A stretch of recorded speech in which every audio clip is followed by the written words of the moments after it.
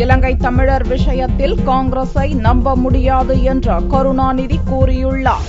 மத்திய சென்னை வேட்பாளர் தயாநிதி மாறனை ஆதரித்து அரும்பாக்கம் MMDA காலனியில் நடைபெற்ற பிரச்சார பொதுக்கூட்டத்தில் கருணாநிதி பேசினார். நான் என் குடும்பத்தை நினைப்பவன் அல்ல, திமுகவினரைத்தான் குடும்ப உறுப்பினராக கருதுகிறேன் என்று கூறிய கருணாநிதி, தமிழகத்தில் நீதியும் சேர்ந்து கெட்டு கிடக்கிறது என்றும், நீதியை பெற என்ன விலை, தீர்ப்பை பெற எவ்வளவு செலவாகும் என்ற நிலை தமிழகத்தில் உருவாகியுள்ளதாகவும் கூறினார்.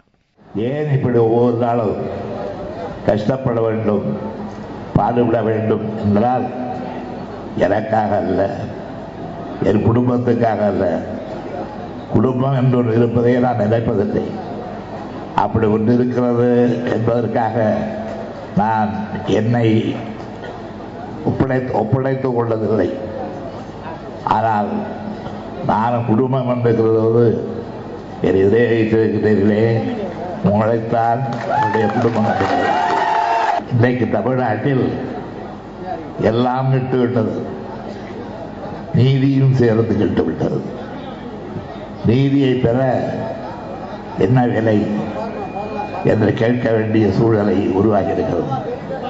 தனக்கு தேவையான ஒரு தீர்ப்பை பெற எவ்வளவு 1000 செலவாகும், எத்தனை லட்சம் செலவாகும், எவ்வளவு கோடியில் அது தீர்ப்பு பெறலாம் என்று பேசுகிற காலம் இன்றைக்கு தமிழ்நாட்டிற்கு ஏற்பட்டுகிறது என்றால் அது நாம் எல்லாம் எண்ணி பார்க்கவே முடியாத போதாத காலம்தான்.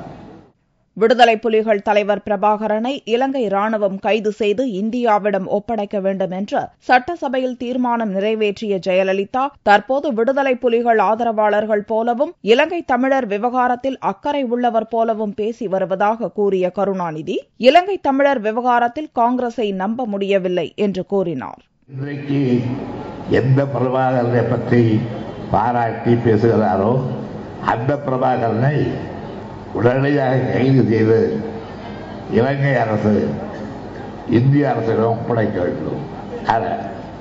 பிரபாகரன் எந்த பிரபாகரன்?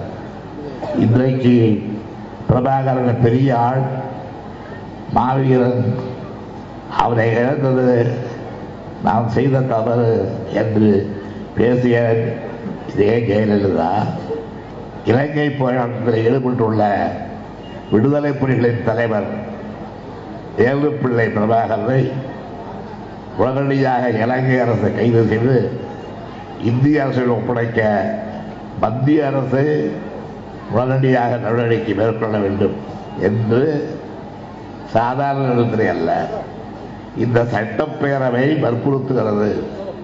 பணத்திற்காக வாக்கை விற்பது, தலைமுறையை, எதிர்காலத்தை, வாழ்க்கையை விற்கிறோம் என்ற உணர்வு ஒவ்வொரு தமிழனுக்கும் ஏற்பட வேண்டும். அப்படி ஏற்பட்டால் யாருக்கும் அடிமை இல்லை என்ற எண்ணம் தோன்றும் என்று கூறினார்.